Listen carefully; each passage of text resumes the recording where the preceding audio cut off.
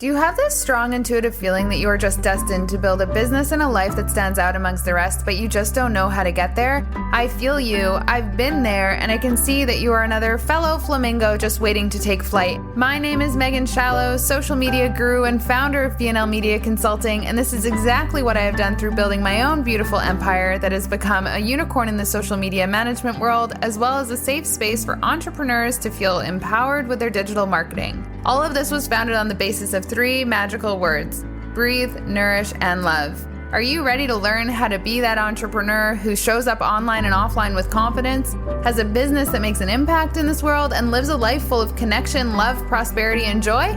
If the answer is yes, then let's go. Hello, and welcome back to another episode of Fly Flamingo Fly with founder of B&L Media Consulting, Megan Shallow. That's me. Today, I'm really excited. I'm always excited for these podcasts when I finally find a moment of creation where I'm like, I need to say this out loud.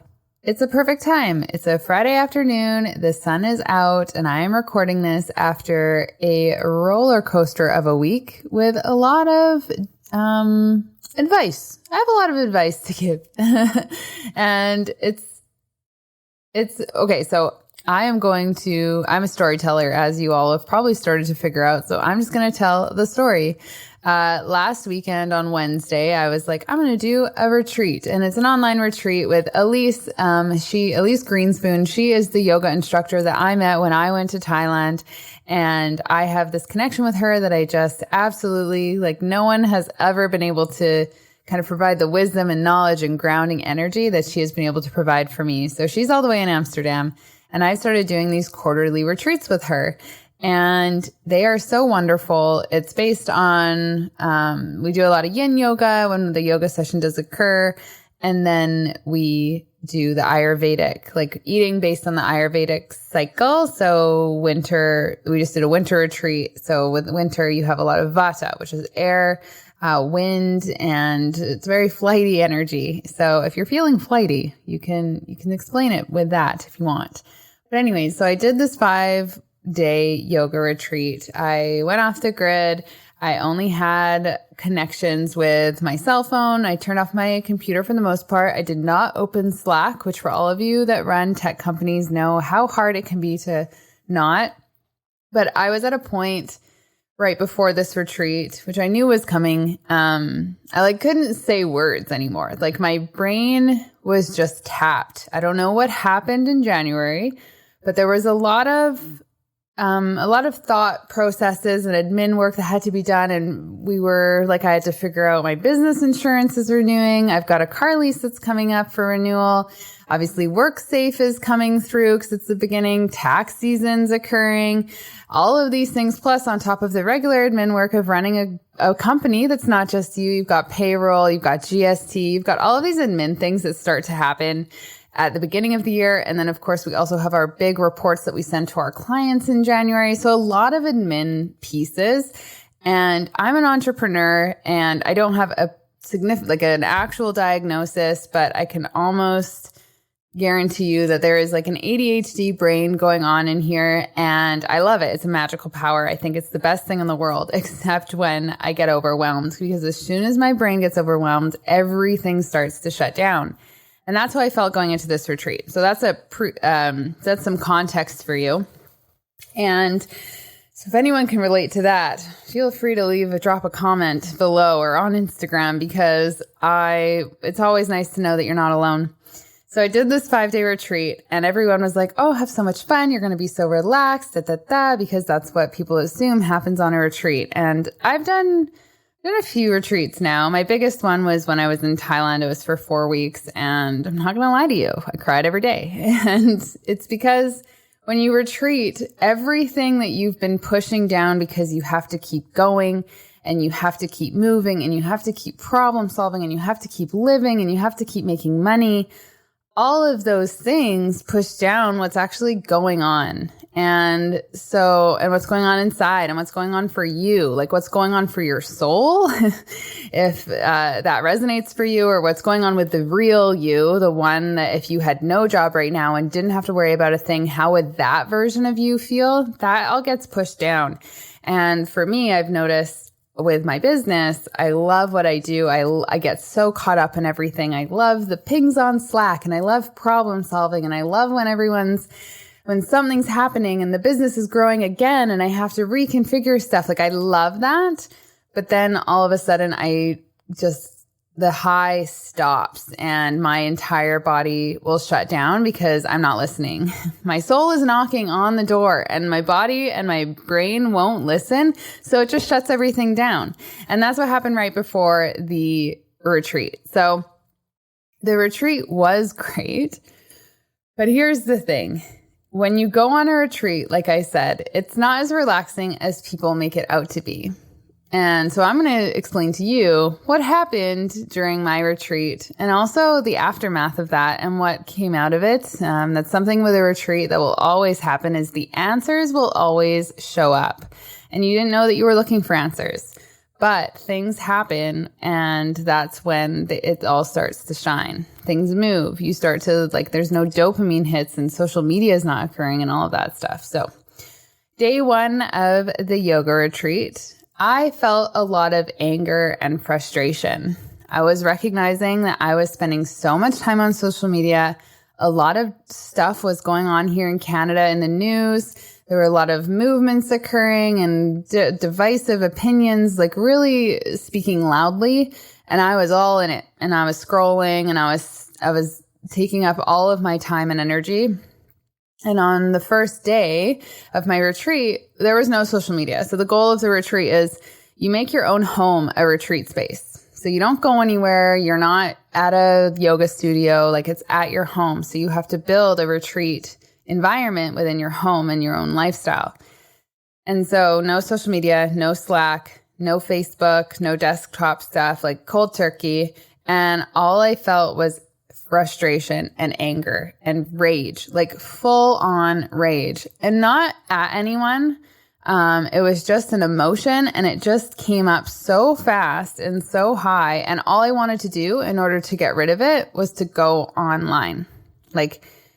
Emily will tell you, I reached out to her so much throughout the day because I just needed some sort of drama to get me away from that feeling. And so I just tried to keep coming in, and I tried to go on Slack, and she kicked me out. She told me to go away, and all of these things, I just didn't want to face it. And so I was having a lot of anger and frustration. And so the 10:30 to 12 o'clock yoga definitely helps. But then after that, really lovely yoga feeling left the building, that was when I started to feel all those feelings again. And it was just so overpowering. It felt like it wasn't even mine, but it was me. There was a lot of emotions there that had been pushing down, and anger and frustration and rage could be attributed to many things. And I won't dive down that rabbit hole on this podcast, but that was day one for me. I don't think I cried on day one, but that's okay, because day 2, 3, 4, and 5 had many tears. And so that was really eye-opening. I also thought I was going to be nice and relaxed, but that was not the case. And I didn't know how to fill my time. So what I did was I spent time cooking. And that's the wonderful thing about these retreats, is Elise gives you so many recipes that you have to cook. And so that was my phone. And with that, you cook, and I cooked 3 meals, and I just focused on that, because if I didn't, I would have become completely overwhelmed with the emotions. And cooking is actually very meditative. I don't know if anyone's really thought about it before, but the cooking really can bring you to the present moment. Of course, it fuels your soul, and it's great food. And always when we cook, it's usually really good for us, and you're a part of the whole process. So that's something that I really found worked for me to get through day one, and then got me through the rest of the week. So day 2, sadness came through, emotions. And then at the end of day 2, after a yoga session, I went for a walk with my dog, and I ran into someone that I haven't seen in a year and a half. We live really close together, but our paths just hadn't crossed in that long. And they asked me if I was happy. And what a question.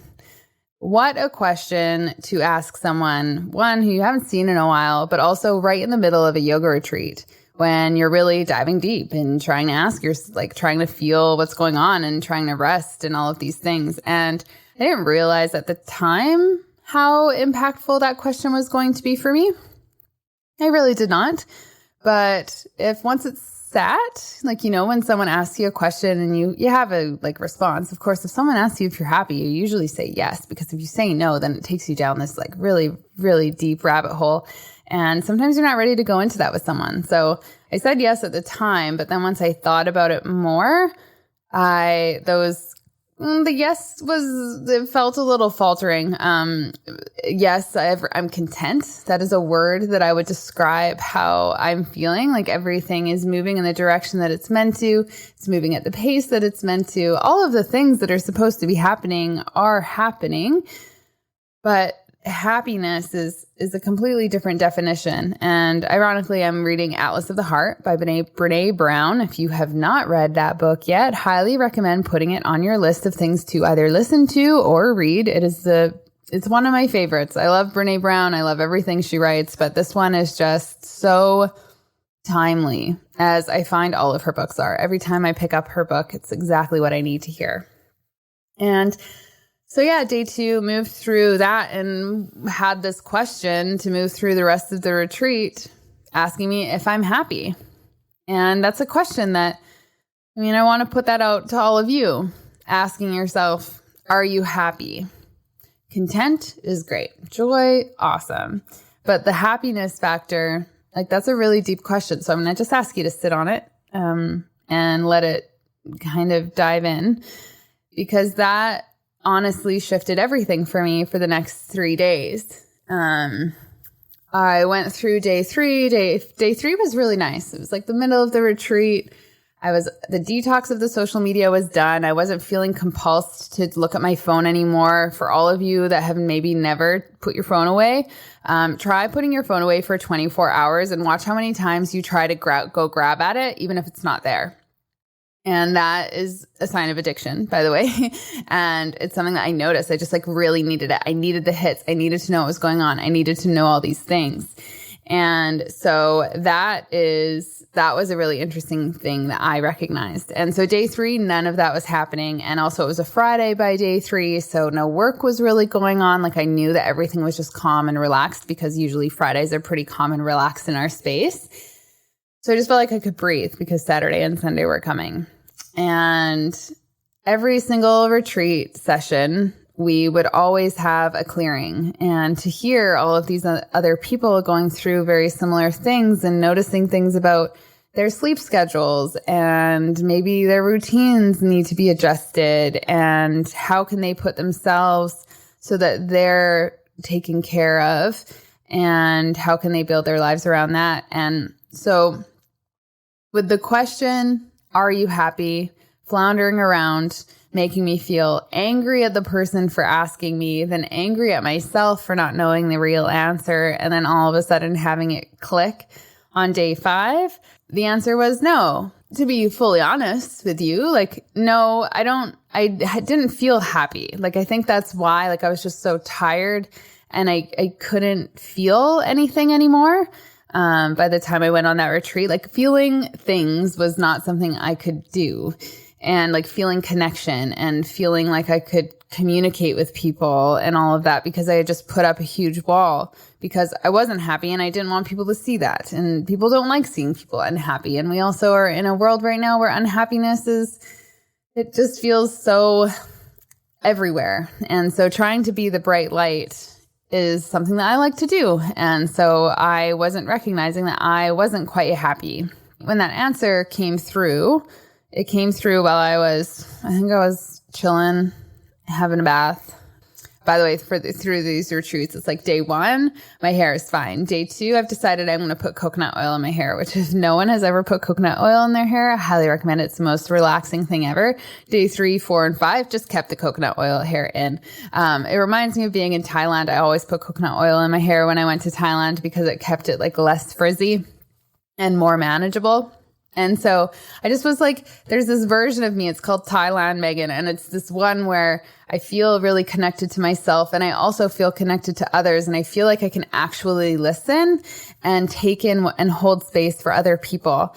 And that had been gone. Like I just couldn't do that anymore. And so this retreat always like was bringing me back to that. And that is where I define, like that feels like happiness to me, being that person. And so I realized coming out of it, out of the retreat, when Elise, she asked, what is it that you're going to take with you as you move forward into the next season until we have our next retreat in the spring? And for me, what really came up was boundaries. In order for me to feel the happiness that I want to feel, and in order for me to feel connected to myself, like my true self, like the Thailand Megan version, as my counselor has described it to me when I feel lost. She's like, where, like Thailand Megan, like how can we gravitate back to that person, or to that energy field that you know exists within you? It's building boundaries that allow me to feel that. So for me, I've realized I'd let all of my boundaries go as soon as we hit 2022.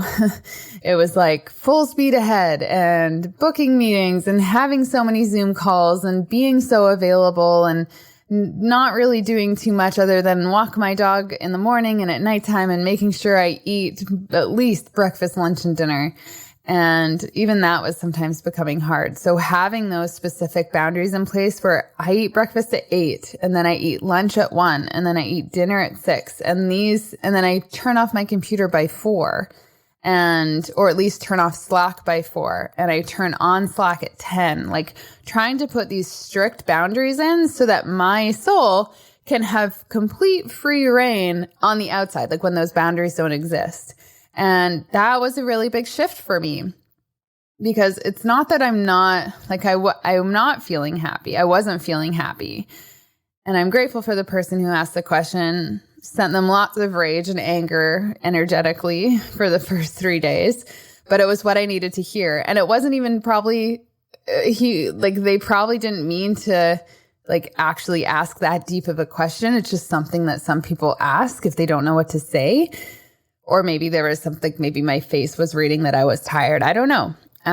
But for me, I feel like it was the universe, or whatever, spirit, something greater than us used that person as a conduit to ask me the question that I needed to hear.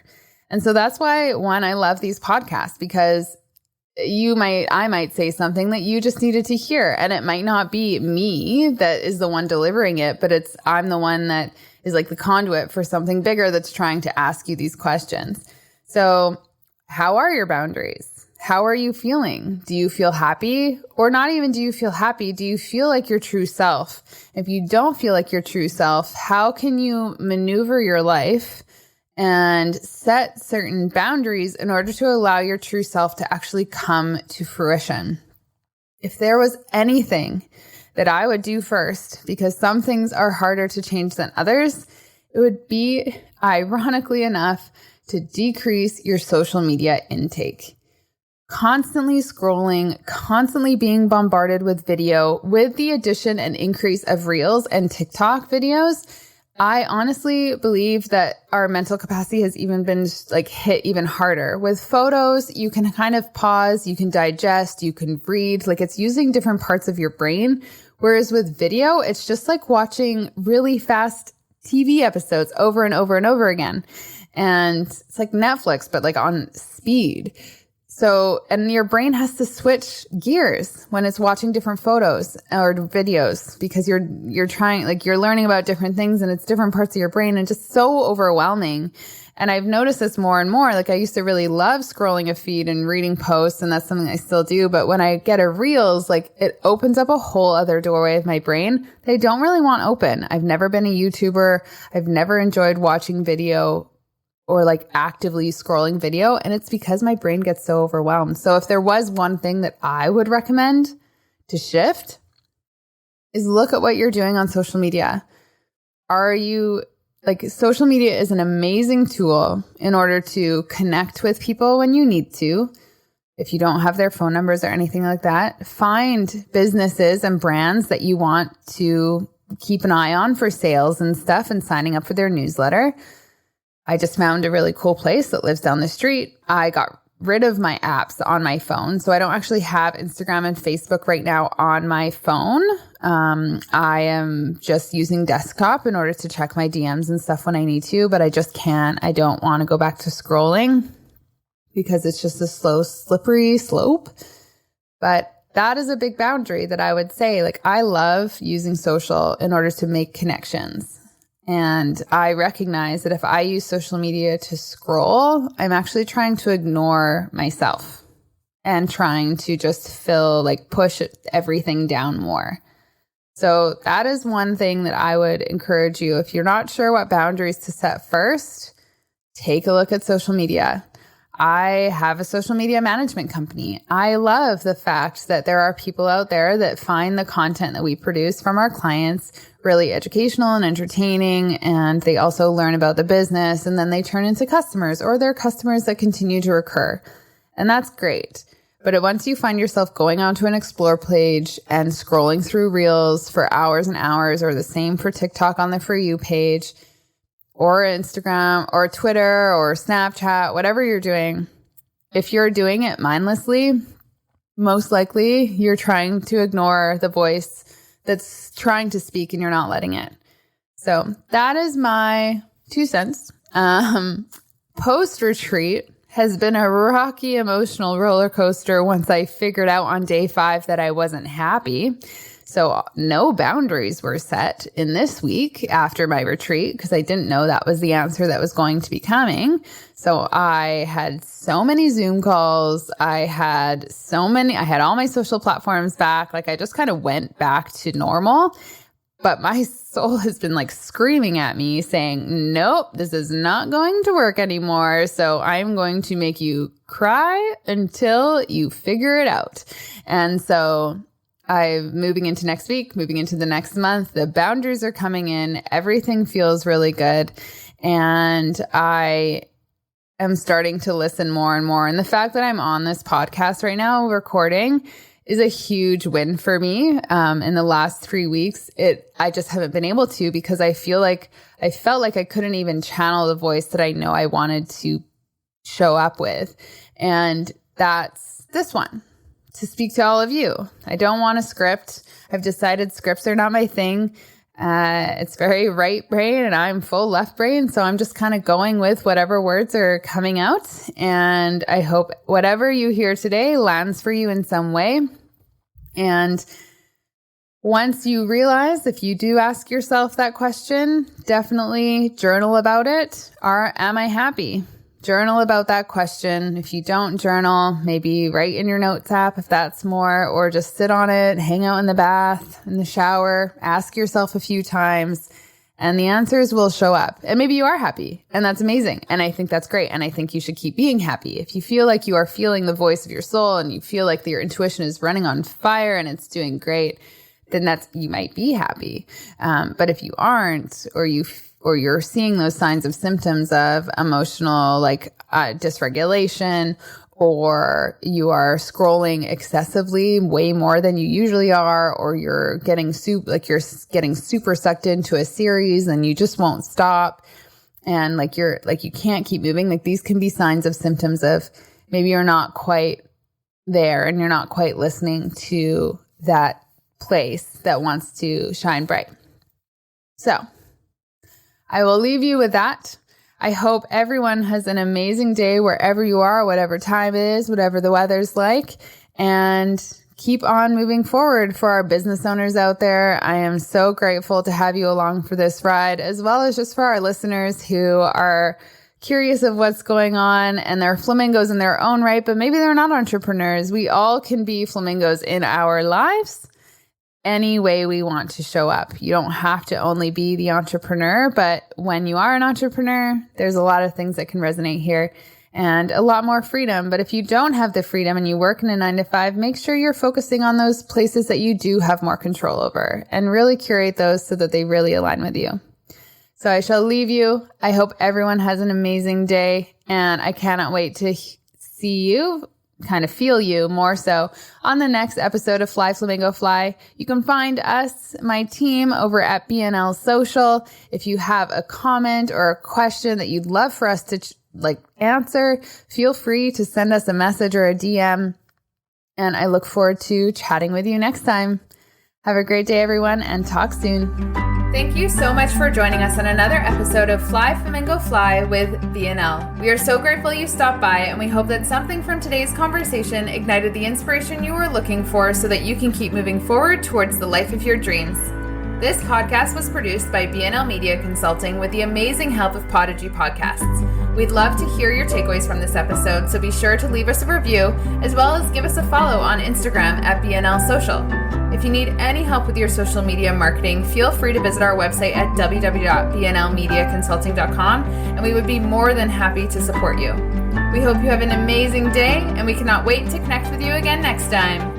Have a good one, everyone.